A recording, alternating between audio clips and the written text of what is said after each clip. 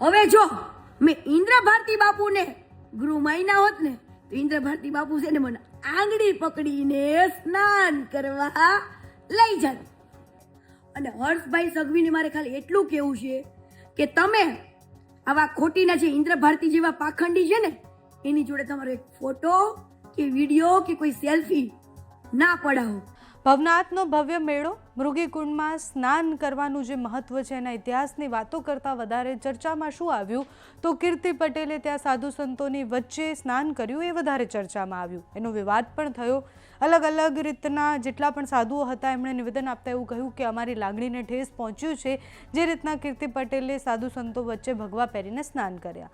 બે ફરિયાદ કીર્તિ પટેલ પર થઈ ગઈ અને પછી લડાઈ આખી ક્યાં આવી તો ઋષિ ભારતી બાપુ સાથે જે ઇન્દ્ર ભારતી બાપુ હતા એ અને સાથે જ કીર્તિ પટેલ આ નામ ત્રણ ખૂબ ચર્ચામાં આવ્યા. ઇન્દ્ર ભારતી બાપુ અને કીર્તિ પટેલનો વિવાદ ખૂબ પહેલાંથી ચાલતો આવ્યો છે. જે તે સમયે કીર્તિ પટેલ ઇન્દ્ર ભારતી બાપુના સાનિધ્યમાં જ હતા અને પછી કંઈક વિવાદ થયો અને પછી હવે જૂના મુર્દા જે ઉખાડવાની વાત હોય એ રીતના એકબીજા પર પ્રત્યાક્ષેપો થઈ રહ્યા છે.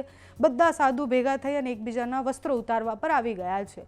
કીર્તિ પટેલ પણ ચૂપ નહોતા રહેવાના. ઇન્દ્ર ભારતી બાપુ સામે પુરાવા સાથે લાઈવ કરીશ ને બધી જ વાત કરી. એના પછી લાઈવ ન કર્યું, ગઈકાલે એક વિડીયો પોસ્ટ કર્યો.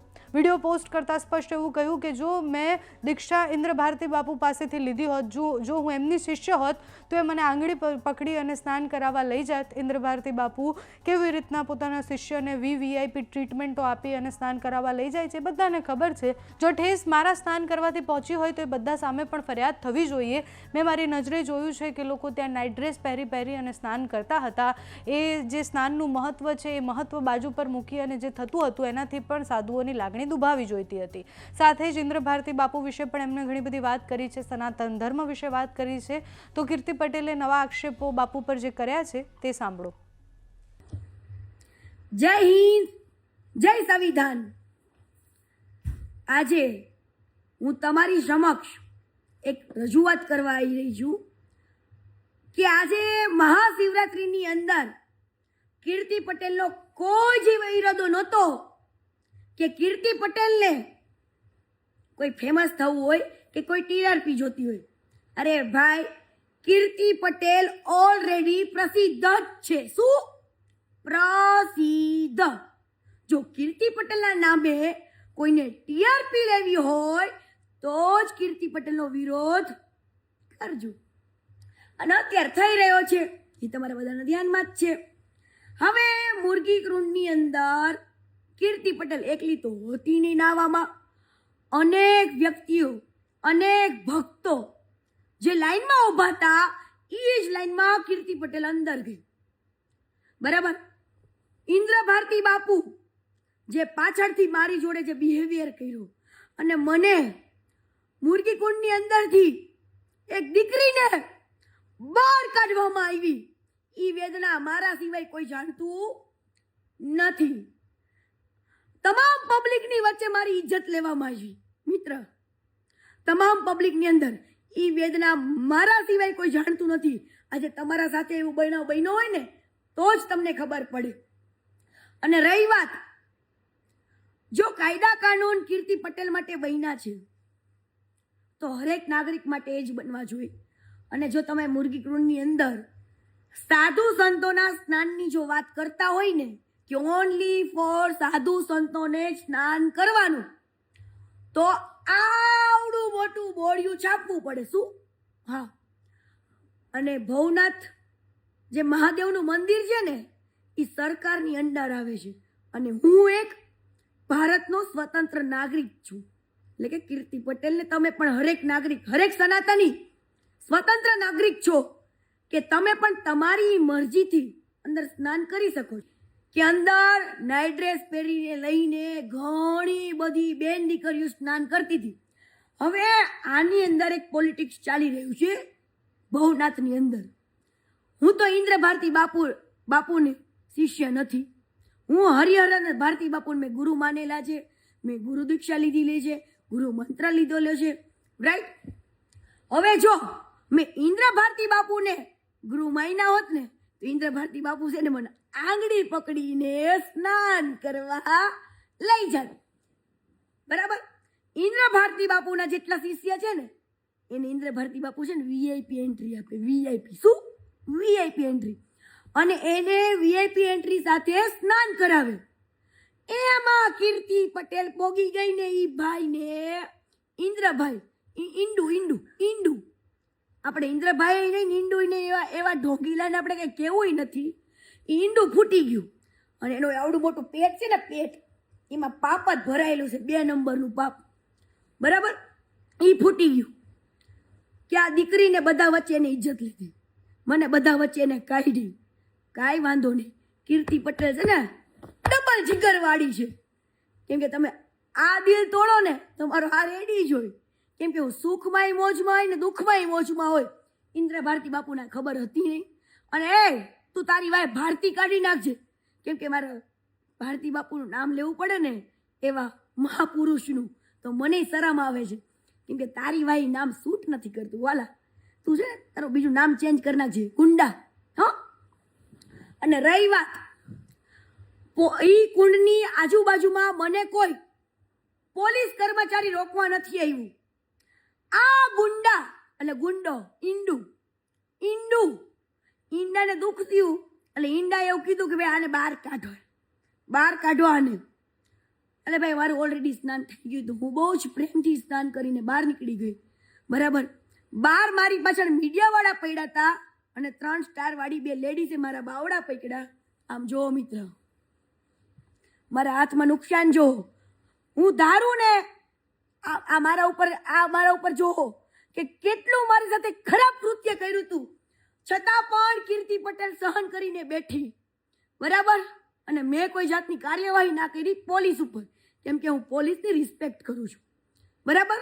અને મેં ખાલી એટલું કીધું, ભાઈ તમે મારું બાવડું ન પકડો, હું કંઈ ગુનેગાર નથી કે આરોપી નથી. તમે જો મારી સેફટી માટે આવ્યા હોય તો મારી સાથે પણ ચાલી શકો છો. આટલું કહેવાથી 2 દિવસ પછી મારા ઉપર ખોટી કમ્પ્લેન થાય છે. શું? કે કીર્તિ પટેલે પોલીસ કર્મચારીને પીઆઈને મારી નાખવાની ધમકી આપી. ઓ વાલા, જો ભાઈ 3 સ્ટારવાળી જો પીઆઈને કીર્તિ પટેલ મારી નાખવાની ધમકી આપે તો ગુજરાતના તમામ પોલીસનું બંદોબસ્ત અહીંયા જુનાગઢમાં હતું. કીર્તિ પટેલના કોલર પકડે, કોલર, અને એમ કે મારી નાખવાની ધમકી તું પોલીસને આપેસ, આવું કે. અને મારા કોઈ જ વિડીયોની અંદર મને પુરાવો આપો કે એ પોલીસ કર્મચારીને મેં મારી નાખવાની ધમકી આપી હોય કે કોઈ ગાળ દીધી હોય. ભલામણા પોલીસ જ ખોટા કેસ કરશે તો આમ નાગરિક શું કરશે? તો મારે હર્ષભાઈ સંઘવીને હાથ જોડીને રિક્વેસ્ટ કરવી છે કે આ ખોટા કાયદાનો દુરુપયોગ થઈ રહ્યો છે. અને હર્ષભાઈ સંઘવીને મારે ખાલી એટલું કહેવું છે કે તમે આવા ખોટીના જે ઇન્દ્ર ભારતી જેવા પાખંડી છે ને એની જોડે તમારો એક ફોટો કે વિડીયો કે કોઈ સેલ્ફી ના પડાવો. કેમ કે હું ભારતીય જનતા પાર્ટીનો આદર કરું છું, ભાજપ જનતા પાર્ટીનો આદર કરું છું, નરેન્દ્રભાઈ મોદીનો આદર કરું છું. હંમેશા કહેતી આવી છું કે નરેન્દ્રભાઈ મોદી આપણે ગુજરાતી છે અને કીર્તિ પટેલને ગર્વ છે કે આજે પીએમની સીટ ઉપર નરેન્દ્રભાઈ મોદી એ આપણા ગુજરાતી બેઠા છે, એનો ગર્વ છે. તો હું હર્ષભાઈ સંઘવીને કહું છું કે આવા પાખંડી જેવો તમારા ફોટો ન પડાવો, આવા લોકો ખરાબ સાથે કે તમારા ફોટાનો દુરુપયોગ કરી નાખા જુનાગઢને ડરાવવામાં આવે છે વાલા. અને હર્ષભાઈ સંઘવીને મારે કહેવાનું કે તમે તો ડ્રગ્સના અને હરેક નશાના ખિલાફી છો. તો જો આશ્રમની અંદર આશ્રમના નામે ઓયો ચલાવતા હોય, આશ્રમ નહીં એક હોટલ તરીકે યુઝ કરતા હોય ને, હું એક ફાઇલ ખોલીને બેઠી છું વાલા, એક ફાઇલ. એટલે આવા લોકો જોડે હર્ષભાઈ સંઘવીને હું 2 હાથ જોડીને એક વિનંતી કરું છું એક દીકરીને નાતે કે આવા લોકો જોડે તમે એક ફોટો ના પડાવો, એક ફોટો નહીં. કેમ કે હું તમારા દિલથી રિસ્પેક્ટ કરું છું હર્ષભાઈ સંઘવીની. આવા અને ભૂપેન્દ્રભાઈ પટેલની એક દીકરી, પટેલની દીકરી એક પોકાર કરી રહી છે કે જો તમારા પટેલ સમાજની દીકરી પર આવું ખોટું થઈ રહ્યું હોય અને ભાઈ એક એનસી ફરિયાદ, હાલો માની લીધું કે મારા ઉપર પોલીસની કામગીરીની અડચણ બનાવવા એક કેસ થયો અને મને રોકવા માટે મિત્ર 6 ગાડીઓ. મારો રામ જાણે છે કે ત્યારે કીર્તિ પટેલને ભગવતીએ કેમ બચાવી ને, મારા ભોળિયા નાથે, એ તો મારો રામ જાણે છે. હું મારી ગાડીની દશા પણ તમને બધાને બતાવીશ કે મારી ગાડીની દશા શું કરી છે આ લોકોએ.